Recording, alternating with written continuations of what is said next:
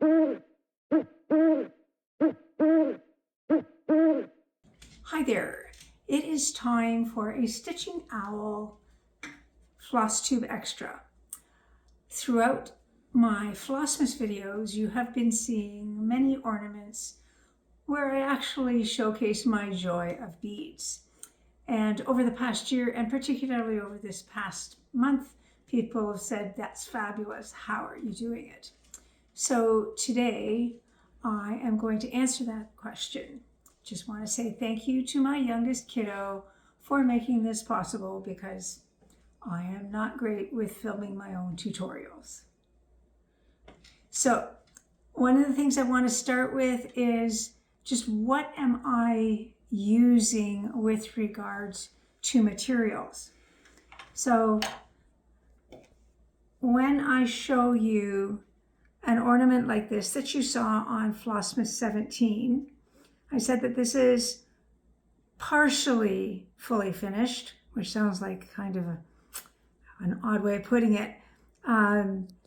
What I've done is I have used comic book board, and I use 2 layers of this inside this. This particular stitch is what I did last night and will be seen in Flossmas 19. So I measured the exact size of the stitch itself, and I ended up with 1 3/4 by 2 inches. I'm working in inches, even though in Canada we're supposed to be in centimeters. I'm in inches for measuring.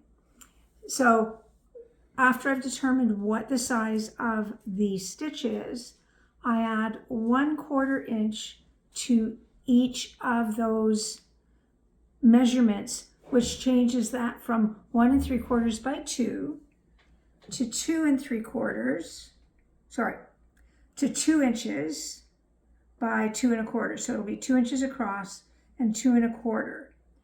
When I do that, I have added this little bit of space on all sides of my stitch for when it is finished. That measurement is a personal choice. You might want this to go directly to the edge, at which point you would stay with the original measurement. But some people actually like to have more space around. You can always add a 1/2 inch. It's whatever you would like to do. Today, I'm showing you what I do. That doesn't make it the most right. It just makes it what I'm comfortable doing. So after I measured that, I cut out 2 pieces of comic book board.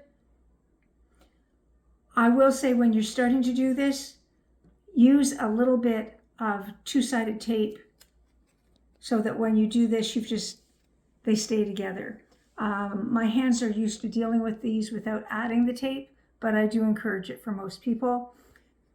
What about glue? Glue's always possible, but be careful not to add so much glue that it starts to warp the actual board. So I cut out 2 of those. The next thing that I do is I decide how many layers of batting I want on the inside to make this poof. Now, it is totally fine if you want 0. I just rarely do it with 0. So this is a piece of batting that is the same size as this. So this just adds nominal poof. When I want to add more poof, I add a second layer, but I cut everything 1/4 inch smaller. If I cut 2 layers exactly the same size and put it on here, when I wrap the stitch around it, I find that the edge becomes thick and it starts to affect the look of the edge, and can also make it so that original measurement ends up with this being too tight and not having enough fabric at the back because it has taken more space. So by doing this guy, a little bit smaller. So I'm just going to turn this over so you can see that I've just put it in the center of this, and around the edge is just a little bit smaller. Now, when I put this on the comic book board, I put the small side to the board. If I put the small side to the stitch, when you lace this tight, you actually see the ridge of the smaller size. If you want it smooth, which is how I want it, I put the one that is bigger, and then I put my comic book board here so that you end up with smoothness but poof in the center, and then I put this in here and I wrap it around. So that is, I wanted to show you how I prepare. I also cut out a piece of felt backing that is the same size as the actual board. It could be argued that cutting it about 1/8 of an inch larger could be beneficial, because in wrapping this, you actually end up making your edges go out by that minuscule amount. I happen to keep with the original one so that when I am blanket stitching this on, the blanket stitches on the back and doesn't show on the sides. But again, that is a personal choice. So I'm just putting that one down. I was using it to just chatter about how I prep that first stage.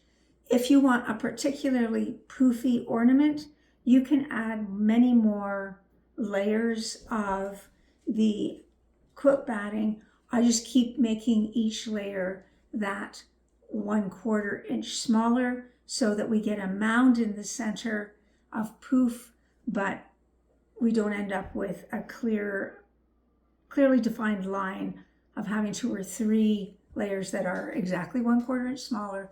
I'm always trying to make it look smooth on the front. Okay, so now we're going to look at this one. So when I turn this over, you can see that I laced this. Now, there are lacing tutorials out there. I wasn't going to include lacing today. Put in the description box if you'd like me to do a short on how I actually do the lacing. What I will tell you is I use this. This is upholstery thread. If I try to use just straight 40 or 50 weight cotton thread or floss, the way I pull this tight breaks that thread. And you do want this to be tight, because in pulling this tight, you get rid of all of those tiny lines of creases that are so hard to get out, because this cotton has a memory like an elephant. But as soon as you pull it tight, we get rid of those. Okay, so I'm going to now flip to this one for a very specific reason. So on the back of this, you're going to see that I've got 1, 2, 3 of these corners that have had additional sewing. When we look at this side, you can see that my corners are actually fairly pointy. When we look at this one, this is how they look originally after you do your stretching of your fabric. So what I do is I take a thread that matches the background. Notice that I didn't care what color this was, because it's all at least 1/4 of an inch from the edge and won't show. But sometimes these little points do show. And this is where I need Dee's expertise in showing my hands. Okay, so I'm going to put my needle in, and you can see I'm taking a bite, is what it's called, of both sides. Normally you won't have something this long. I misjudged the length. I'll explain why I had it this long. Now before I pull this tight, I'm actually going to put on my glasses, because that always helps. And I'm going to put this so that when I pull this, I've got the equivalent of a loop start. This is a woven material, whether you're using Aida, linen, or even weave. These are woven. That's why we can count threads. That also means it's easy for these knots to go through. And you might think, it's okay, I'll just be very careful. That's true. But later on, if somebody picks this up wrong and pulls on your beaded hanger or whatnot, these can come out unless you put that in. Now, before I go farther, I'm going to take my trusty scissors. I'm going to trim that a little bit so that it can't show on the edge, but I'm not going to trim it right back to the knot because that will encourage the knot to come undone. And now I am just simply going to whip stitch. So I'm going to turn this over and I'm going to take a bite out of each side. And then I'm going to pull it tight so that when I'm doing this, and you never know quite how many stitches you're going to take, but I'm going to keep on pulling this tight so that I draw those two corners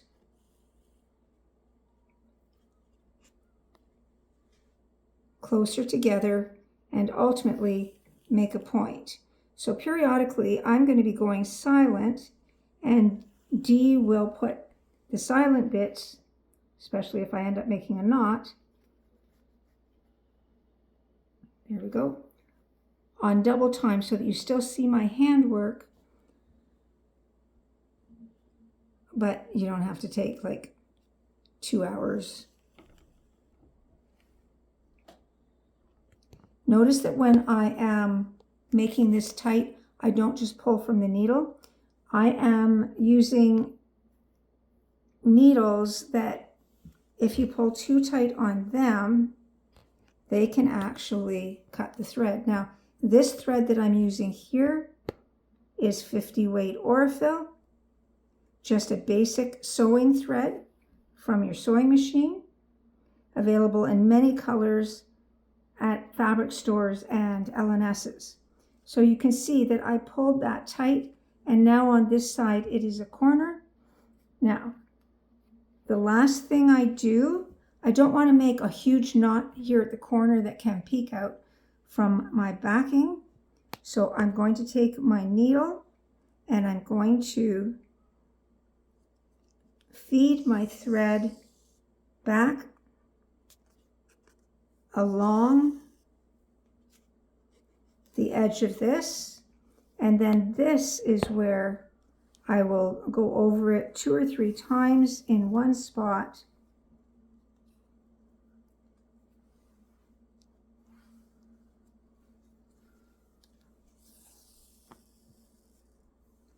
to anchor it, and you make sure it isn't caught on the corner because I guarantee that will be an issue at some point. And then I'm going to make a knot at this point, and I'll make it twice so that, and I cut. Again, you can see that I'm leaving a bit of a tail here. I'm just going to hold it like that so you can see the tail, but that it won't come out to the edge.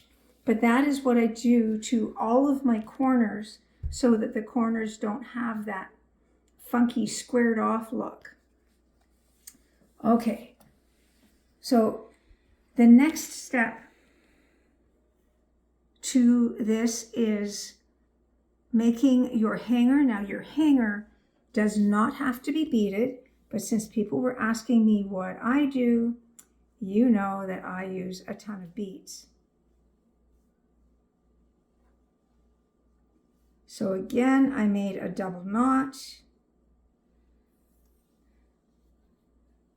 So I'm flipping to this guy, So when I put my hangers on, I'm just going to hold this one up because I prepared it already. You'll see that I don't go from this corner to this corner. I put it in a bit. And I do that so that, again, I don't have knots sitting at the very corner waiting to be peeking out from our work that we want to be smooth. You can do whatever you want. You could actually put one loop here. This could be ribbon. It could be cording. Do whatever you'd like. When I was younger, what I would do is I would take my DMC floss, the full 6 strands, and I would take 3 colors and I would make a braid out of 3 colors, put a knot on both ends, and then I would pop it on. So when I'm doing this guy, again, what I'm doing is I'm coming in at the bottom of that corner, and just before it goes so that the knot is right against the fabric, I do that loop so that when somebody picks this up, they don't accidentally pull out the hanger. Ask me how I know that this can happen. Yes, indeed, it has happened in the past when I just fed it through once, and you can see that I'm going to be doing a couple of turns, and I did that turn right over the knot, and I trim that clear. And now I determine, so I'm bringing it up closer to the top, but we don't want to have the hanger way at the back. We want the hanger at the front.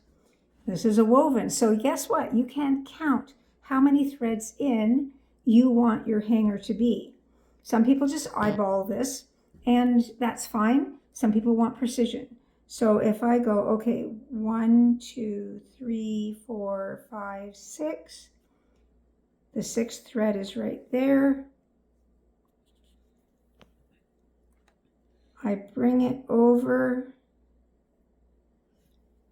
and then you can see I took a couple of stitches so that my thread is now on the front edge of the fold line. So now, however you want to do the beading is fine. I do recommend that you have one of these marvelous little bead trays or a tacky bill / tacky bob for holding your beads. There is nothing like having a cat suddenly land in your lap without something like this and having 250 beads go in 249 directions. Yes, and sometimes it doesn't have to be an animal. You yourself can bump it and yeah, you're a mess. So this is a beading needle, which is different than, hang on, this one, a regular needle. So this guy is skinnier. You can see down here that a regular needle goes to a bit thicker before the eye to make the eye possible to thread. This one stays skinny the whole way. So one of the biggest challenges with your beading needle is threading the silly thing. Wow, it is. It's tricky at times. So I'm going to put this guy down. So I am using a beading needle. I'm going to just pop those out of the way. And then the beads themselves, mine come in these tubes. And I'm just going to hold this up right there. So right here at the top of these tubes that I can buy in many places, including Michael's, they put a size up here, and it will be like 8, 0, 10, 0, 12, 0. I find the 8s are a little bit too big, but that the 10, 0, these are seed beads, but there are different sizes of seed beads. I find 10 zeros the easiest for doing the edges. 11 zeros are also useful. Once you get smaller than that, wow, does it take a lot of beads to go around even the smallest of ornaments. So these are seed beads that are 10 zeros. And then what I'm going to do on this one, I'm noticing that I've got pink and red in here. This particular set of seed beads is called, in English, opaque pearl white. I find them a fabulous look. They look like tiny pearls. They look fancy, but they are no more expensive than regular seed beads. So I tend to pick up 2 of these. I'm going to do a red, 1 white, 1 pink, 1 white, 1 red, and that's what my actual pattern is going to be for this entire hanger, and then I pull it down. So now I'm going to repeat that in silence till I have approximately how many I want for the full hanger.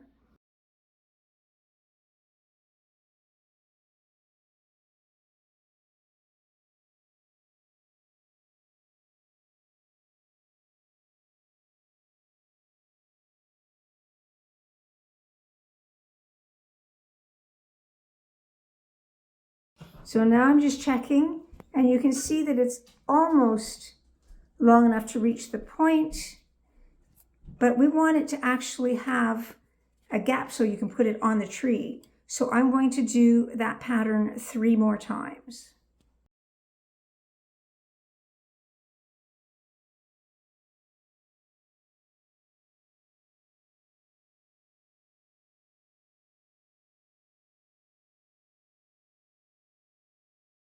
And then I end it with my 2 pearls like I started it to give it a balanced look.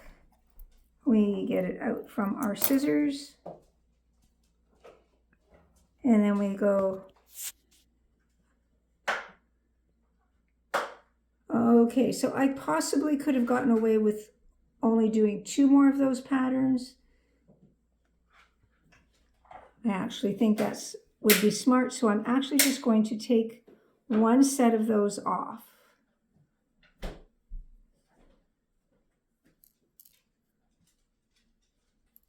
Taking them off is quicker than putting them on. And now when I do this, I go, okay, so this is loose. And I go 1, 2, 3, 4, 5, 6. And I put my thread in the same amount of threads that I counted to begin with. And again, I'm pulling from the thread, not from the needle. Okay, so now we need to take it round to the back because we've only made a single stitch.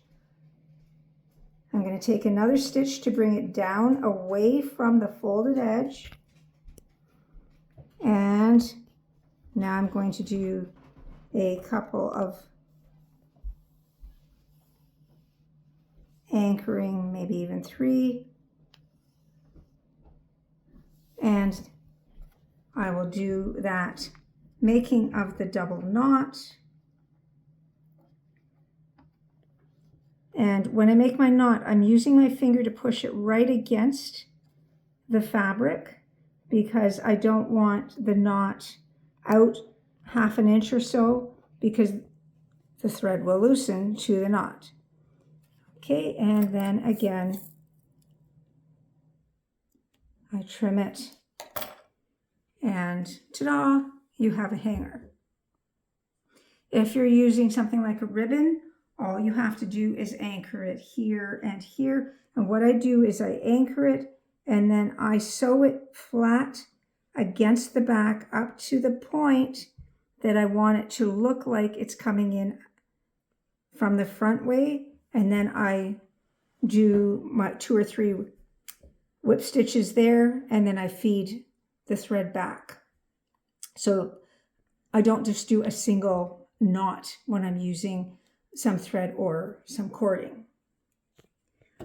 Okay, so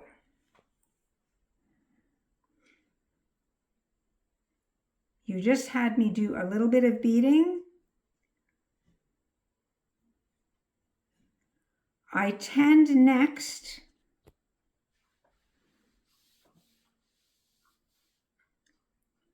to actually apply the back to the front. If I am doing a backing where I have another piece of cardstock and I have wrapped cotton around it, which I do this often because I've got all these ends of cotton, then I actually am going to bead and whip stitch it closed at the same time. But I have found it's actually fairly quick to actually just blanket stitch this to the back. Okay, so again, my regular cotton thread, I'm going to have it match the background. I did want to have a better match for my piece of felt, but I didn't have one, and I did not want to go shopping so close to Christmas in a craft store. So you can see that this fits quite well. And then when I put it here, I want to see, can you see that right there when I put it on, there's just a little bit hanging over. I don't want that hanging over. So I'm going to trim off. It isn't much, is it? That might be a 1/16 of an inch, but it might not even be that much. And then I put this on the back again, and now it doesn't peek out. So this felt, it's layers of fuzz. So I'm actually going to put my needle in here and then come up between the layers. Notice when I do this, I don't come up dead center of the bottom. The eye looks for dead center. So I bring it up closer to an edge, and it's also easier to end something when it is closer to the edge. Okay, so now on this, I'm just going to show you without having it as fixed. When you try and blanket stitch, so you've got this thread right here, you're going to have an imaginary line about 1/4 of an inch in, and you're going to put your needle in, and then your needle comes up here, and then you pull this thread. That is a blanket stitch. So if I was going to do a second one, you can see I'm going to make a loop there. And again, what a lot of people will do when they're blanket stitching is they'll put 2 ink marks on their finger, here and here, about 1/4 inch apart, and then they'll put the last stitch stitched on this one, and then they know the distance to be equidistant. You put your needle in where the second one is. I've done this so often that I don't tend to do that. So I'm just going to do one more stitch. So you can see it's about 1/4 inch from that one. I put the needle in, I bring the needle up in that loop, and you can see that that's a blanket stitch. So what we're going to do now is, instead of just doing it on this piece, when we put our needle through here on the back, I'm going to catch a little bit of the even weave that I've got here so that it attaches it. Now I'm going to cut that off and take it out so that I've got something clean to begin with.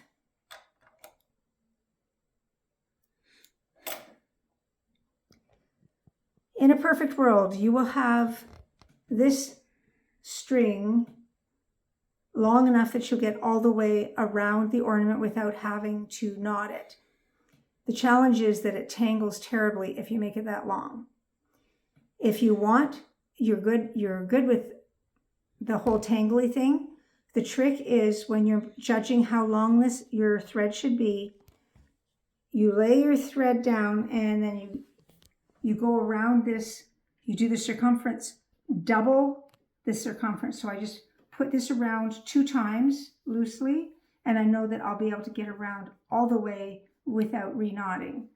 Having said that, this thread does tend to tangle, so I'm just going to go with where this thread is right now, because you also want to learn, well, what do you do if you guessed wrong and you've run out of thread? Because I want to show you that as well. And yes, so I'm making the knot again.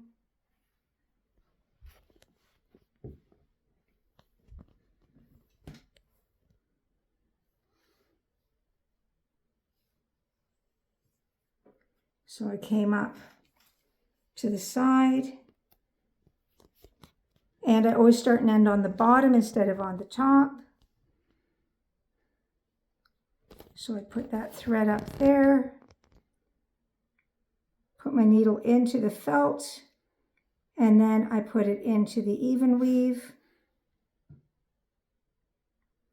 and I have my first stitch.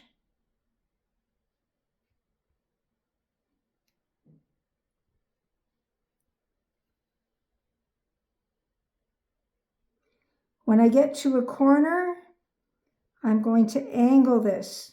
In a perfect world, people aren't looking at your back, but you know that sometimes on the Christmas tree, a little bit of a draft will cause your tinsel and your ornaments to sort of swing around. So you can see that I went at a 45-degree angle into the corner, grabbed a bit of the background, and then I turn this and I continue on this way.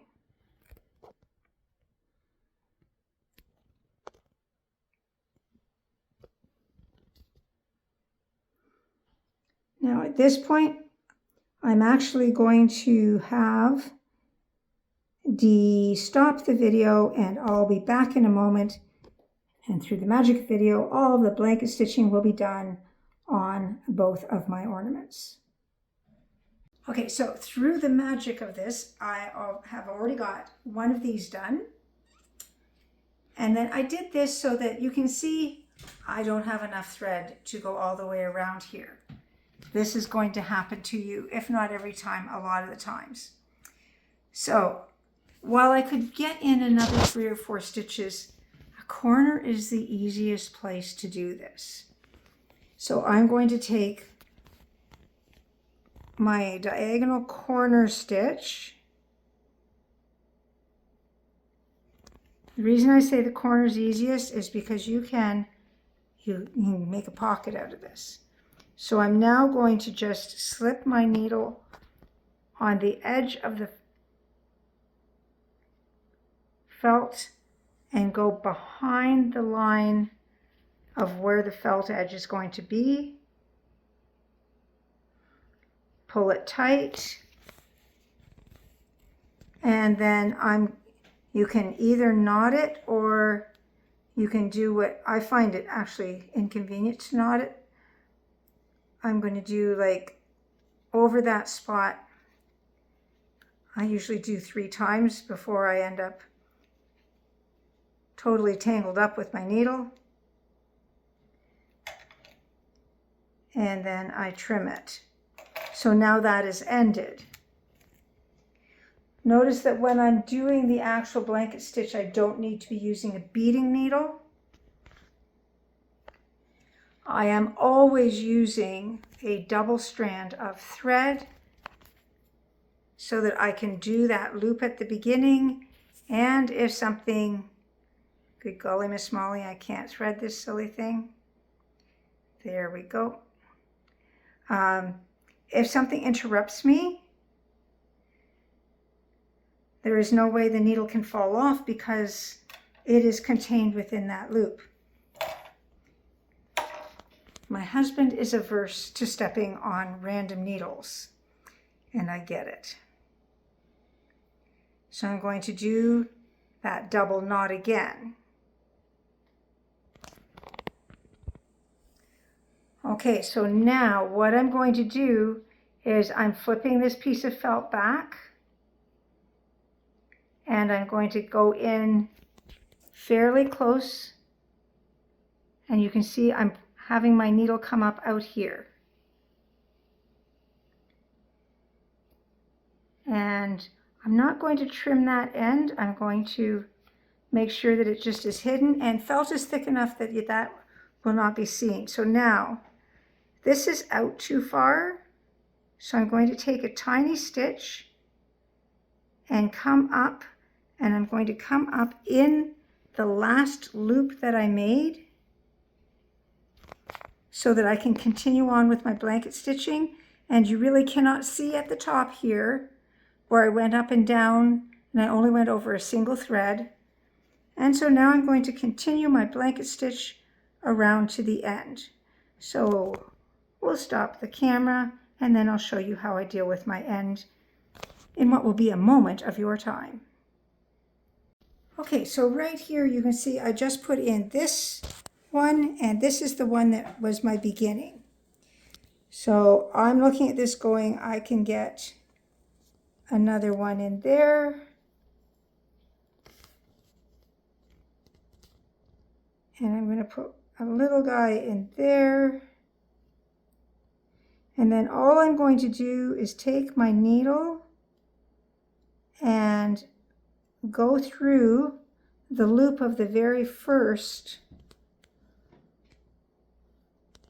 blanket stitch so that joins it up. And except for the fact that there's one spot with a stitch that's a bit smaller than the others, you can't tell. Now we are on the back. So again, I've made a loop and I'm using finger pressure to put that knot right against, and I'm going to do that twice, so it's right against the felt. And then what I'm going to do is I'm putting my needle in, and this is the other reason that we do this close to a corner, because I'm going to put the needle in and then it's going to poke out the other side.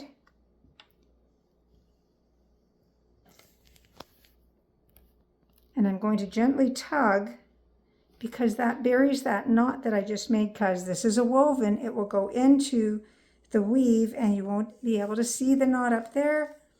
And then we cut flush. And we now have the back of this completely on. Now, the question that people then ask is, can I just glue this? Yep, you can. Priscilla and Chelsea of Stitching with the Housewives get out a hot glue gun it down. That works for them beautifully. And I am an accident waiting to happen with something that hot. My fingertips are very important to me, so I do not want to burn them. The other question that people ask is, well, what about the felt that comes with sticky on one side? So you've got a piece of paper that you peel off, and under that there's stick, and so you stick it on the back. So yes, you can trim that piece of felt to exactly the size, peel off the back, and put it down. My one caution with that is over time, the corners tend to lift.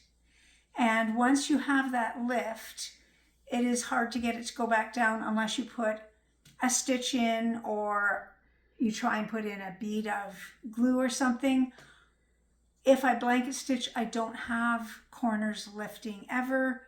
That just stays in place. So when I combine the fact that I want to avoid that lifting of the corners with the fact that I was privileged to have my mom's mom live with us, and she is a heavy influence in my crafting. She is an angel on my shoulder and would tisk tisk if I had glued. So part of it is just how I was brought up, but part of it is also to prevent 4 or 5 years down the road with you having challenges. And if you've gifted it, they don't know what to do with the back. And sometimes the little kids will actually just peel off the back because they go, oh, look what that is. And off it is. So I've completely covered up my lacing. I am good to go. And now we are getting ready to do the actual beading. Okay, so I'm going to use this one to do what I call a straight bead. So what we're going to do is have a straight line of beading all the way around the outside. And because, hang on. So now I have to make sure that my glasses go back on.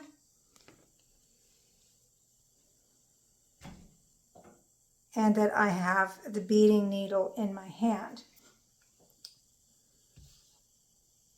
So this is an écru, so I am going to use an écru. Oh, look at that, I've got another needle there. Yes, Karen has lots of needles all over the place. And somehow I still lose my needles. Okay. As I said before, the hardest thing is threading your needle. That went quite well. Now, you are going to find that you're not going to want to have a length of thread that goes all the way around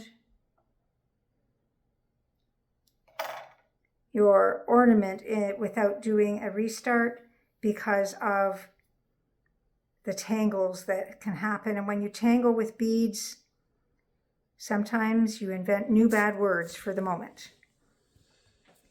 Okay, so again, I am using basic thread. Typically, I'm dealing with a cotton thread, but I am also working my way through my mother's thread. And when it comes to beading, I just want something strong. So if it's got a polyester component, I'm not worried about it. Okay, so I've got my beading needle here. I've got a knot at the end, so my needle cannot fall off. Now, with this guy, I'm going to be using the same colors as up here around the outside. Will I do the exact same pattern? I don't think I'm going to be putting in the double pearls. I'll just do one pearl. Okay, so again, you're going to want to start closer to a corner. I'm going to go in between the felt and the even weave.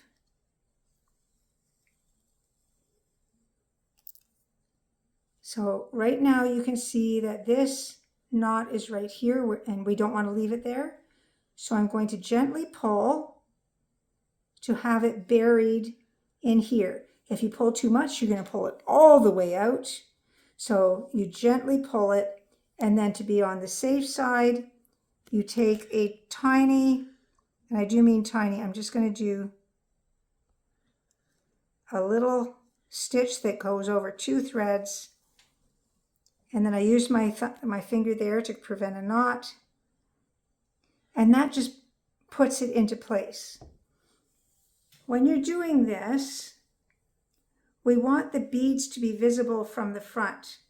So one of the things that I will do at this point is I will go back down 1 thread away from where I just did, and I feed my needle through so that it is right at the edge of the fold on the front side. And then I carefully go through trying not to get any. So there we are. The needle is here. The knot is embedded. Okay.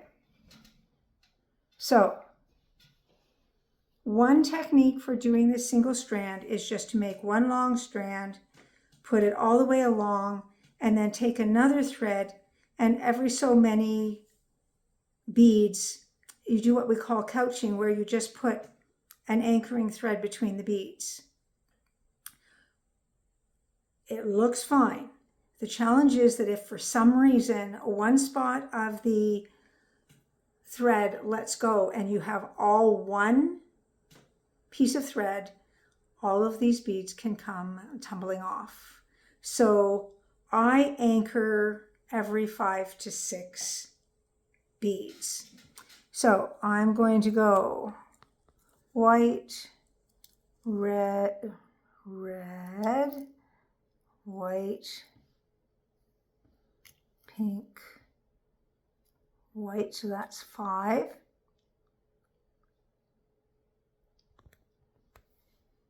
Now we want these to lay flat. So I have these and then I try to push it so that it's right there. And so now I can tell where I want to put my tiny stitch. And this is why you want to match this beading thread to your even weave, linen, or Aida, so that these tiny stitches actually don't show, even though you're not really trying to hide it. So you can see I went through. That's not enough. We need to do one more little loop there so you can see I went through. There's 2 threads there, and I pull it through. Try not to get my hair into it. So I've now anchored that. The thread is now pointed to the back. If you just put on your beads now, you will have the first bead will be sitting at the back. So I now take a small stitch and then feed my needle back to the front, right next to where the last bead was. So it's been anchored, but the thread is so close to that first bead that it's almost like it came out of that bead. And now we can go, okay, so it goes red, white, pink, white, that's 4, red, white. Yeah, I shouldn't use my teeth, but I do. I'm not chomping down. Okay, so now, again, I'm going to hold that taut, and I'm just going to push the beads back so that it connects with the last bead before the last bite into the fabric, and I'm going to do that again. So I'm going to anchor once,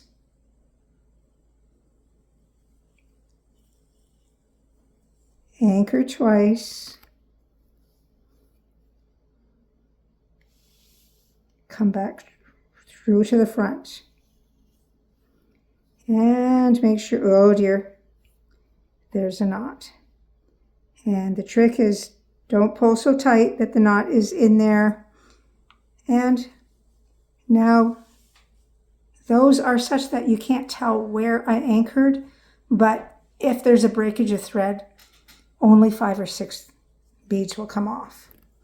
So I'll do a couple more of these, and then I will have Dee stop the camera, and we will, through the magic in a moment, have a whole bunch of this done.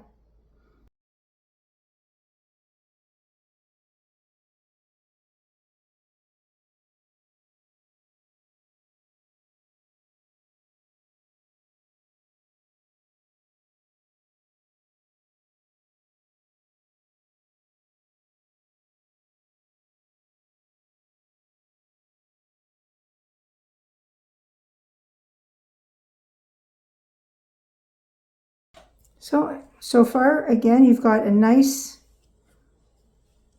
border of beads, all well anchored into place. It's actually quite firmly in place, but you can't see. And when I do this, because of how well I have matched this thread, you can't even see where those stitches are. They are there. They just can't be seen. Now, I'm just going to have Dee speed this up until I get to the corner so that you can see the corner, and then we'll turn off the camera and catch you when I'm at the end.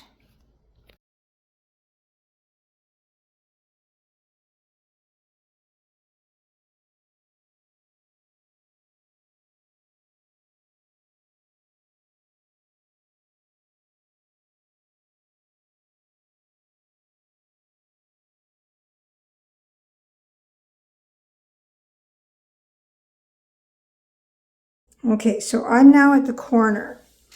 One of the things that I want not to do is to put a stitch right here and then make it so that you've got a bead that is this way and a bead that is this way and nothing on the corner.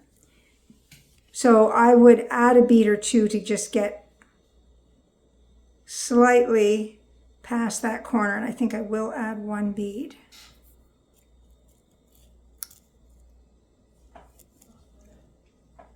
So that my anchoring is going to be just a bit past that corner, so that that is the effect that we have.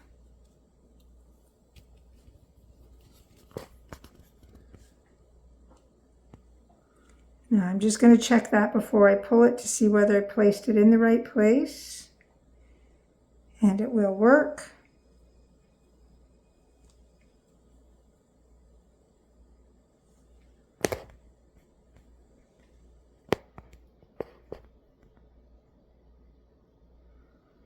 So I'm just going to put my thumb there so that the thread is the right length for keeping that on the corner. The corners float a bit.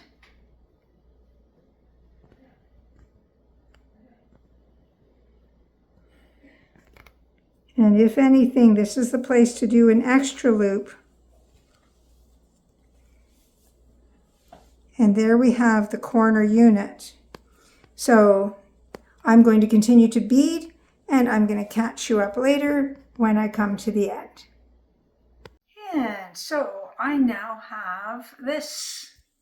So what you'll notice up here, where I have my hanger I started with 2 whites.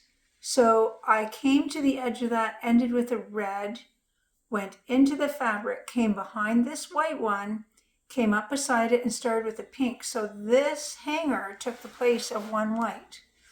Did the same thing over here.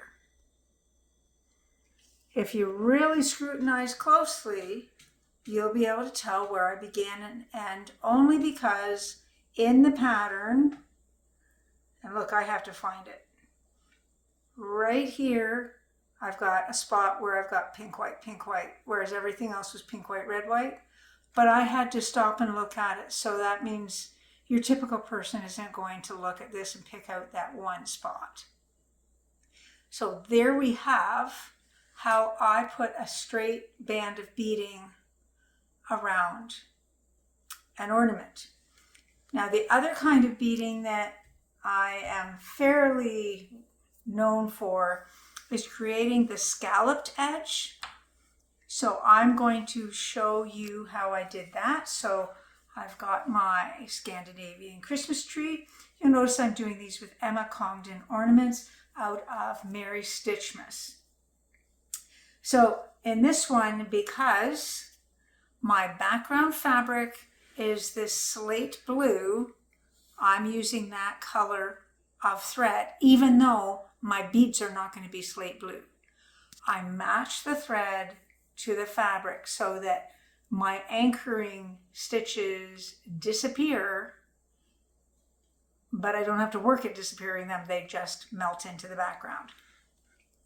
Okay, so typically when I do my scalloped edge, I do a pattern of 1, 5, 1, 5, 1, 5. So I'm going to come up again, taking a stitch to come up at the front. Now my 1 is going to be my white.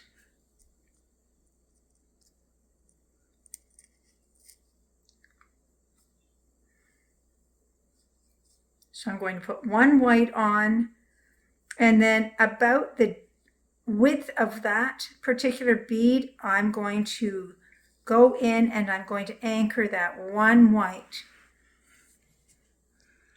so that it stands out like this. And I'm going to do the same kind of anchoring I did in the previous ornament, where I do 2 stitches and then I put another stitch going backwards so that I come up at the front to the right. If you are left-handed, you're going to come up to the left and go counterclockwise instead of clockwise around your ornament. Now I'm going to take 5 beads and feed them on. 1, 2, 3, 4, 5. Okay. So in the last tutorial, what I did was I laid these flat and I figured out where flat was and I put a stitch in there. In order to create my scallop, I want to go back a bit. So instead of putting my stitch right here, I'm going to put the stitch back about 1 bead so it causes this to bump out. When you're doing the other one, you don't want the bumps, you want it to lay flat. This one, you want to have it bump out. And again, a lot of people find it easiest if you put 2 marks on your finger so that you keep your bump outs the same length. And look at that. It is now a scallop. So I'm going to anchor that one. So I've done 1 stitch, my second stitch, and then I take a stitch backwards to come back to the front. Occasionally you might find you went down exactly the spot that you came out the first time and you actually just undid the previous stitch. Well, make sure that you fix that and do it again. So let's do that again. So I put on 1 white. And it's not just because that first white was the first one. Every time I put on my singlet, I am going to anchor it on both sides of that single bead. And I'll do it the width of the bead so it stands up, doesn't fall flat on the fabric. So I did loop to stitch it, loop for the extra ankling, and then I went backwards underneath to come out at the front. 1, 2, 3, 4, 5.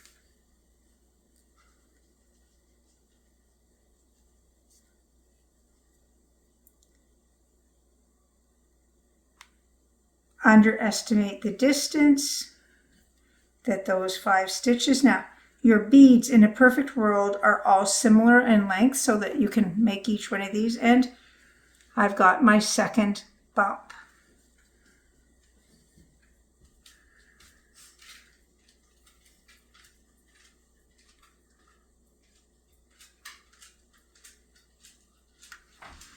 So I'm trying to do this so Dee can actually get a picture of exactly. So if I get a loop in my thread, I want to try and get rid of that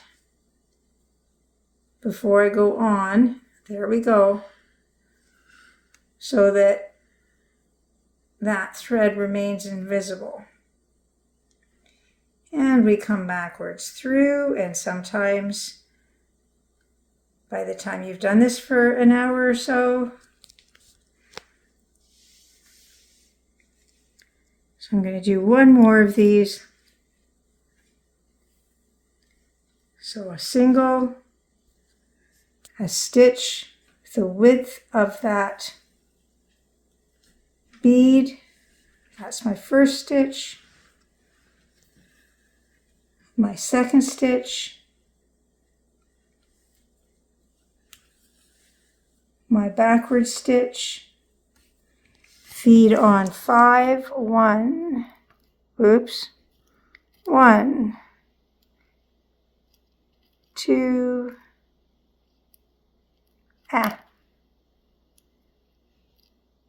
my goodness, 3, 4, 4, oh my goodness, 2, 3, 4, let's count them, 4, 5. Oh, wow. That's supposed to be the easy part. I've got my 5 on. It would normally take till there for it to be flat. So I'm going to take it back here and create that bump. So I put one thread through, loop it again,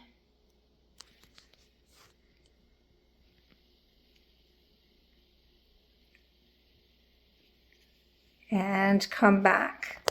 So at this point, you can see that the anchor bead is the white and I've got my bumps in pink.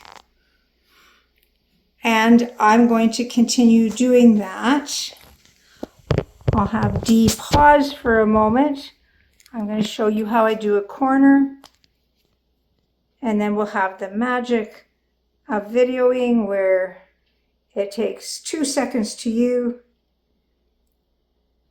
And the question is, how long would it take me to do this small ornament? Probably between 75 and 90 minutes to go around this whole thing. I will tell you ahead of time. If you're hoping to make a blinged up ornament quickly, beading is not the way to do it quickly.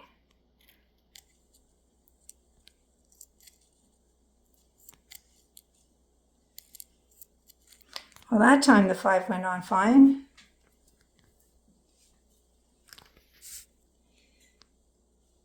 Oh, okay.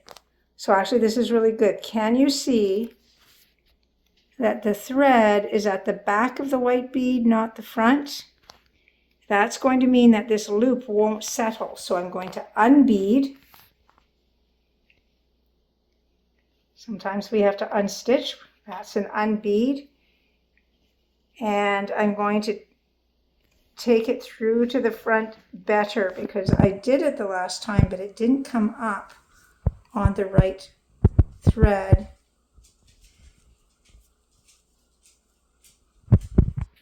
Wow, that's interesting. That particular bead, it just seems to always catch behind it.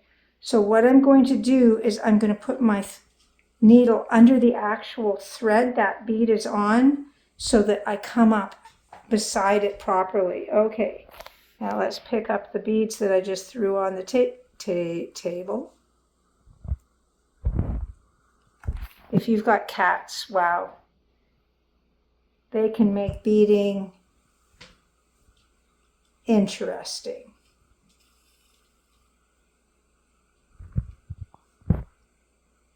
Because they get curious. What are you doing? Ooh, those look like fun.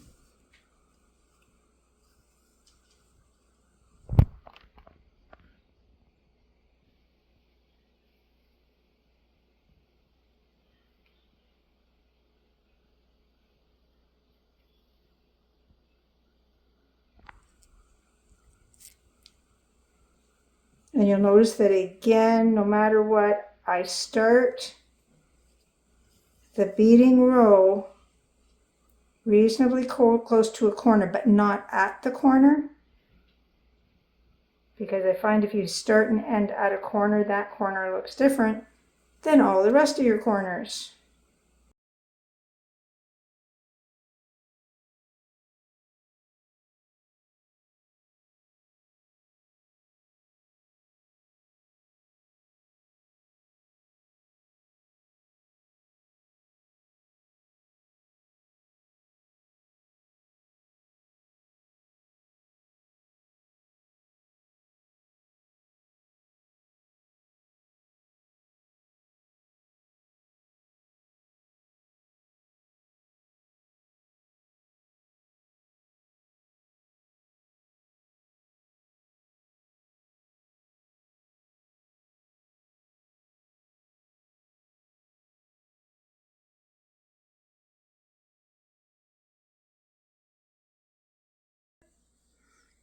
Take care of any knots as they come up.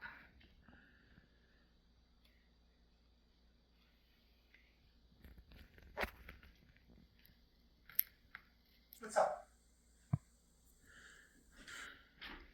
Okay, so at this point you can see that I'm pretty close to the corner.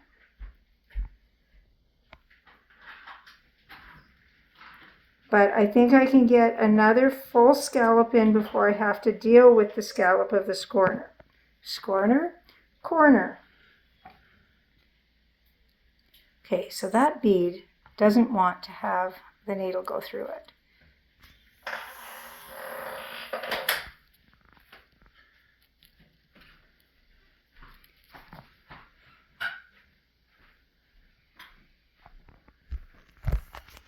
Okay, yes, this is going to be good.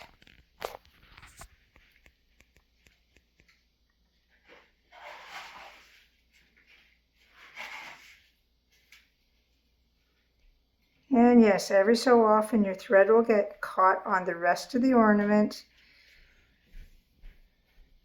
It is just what happens.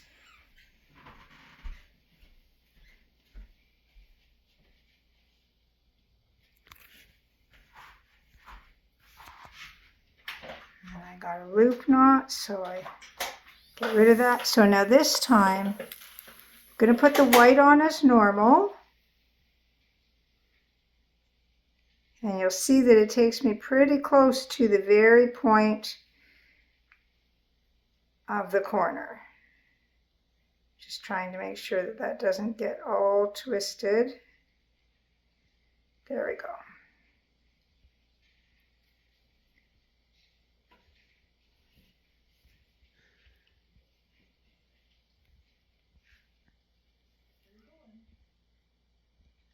Okay. And yes, you are indeed hearing sounds of my puppy Lola being let in and out. So my thread is to the front.